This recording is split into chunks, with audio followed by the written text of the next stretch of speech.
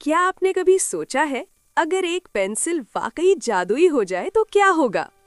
ये कहानी है एक छोटे से मगर बहुत शरारती लड़के अली की, जिसे ड्राइंग का बेहद शौक था।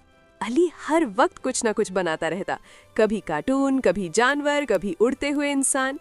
एक दिन अली अपने दोस्तों के साथ एक पुराने वीरान पार्क में पहुंचा, जहां एक टूटी हुई झोपड़ी में उसे एक चमकती हुई सुनहरी पेंसिल नजर आई।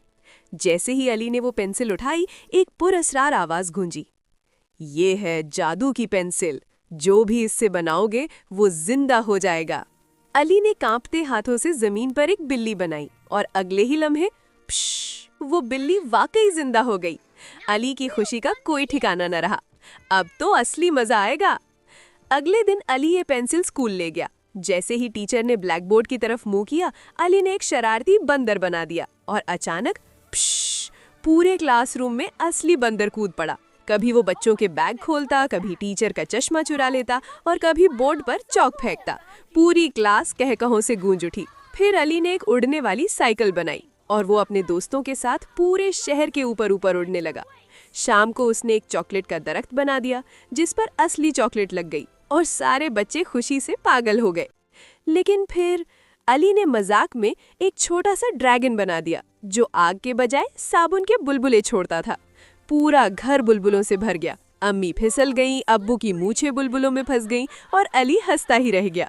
एक दिन दोस्तों ने कहा, यार कुछ ऐसा बनाओ जो पूरा शहर हिला दे।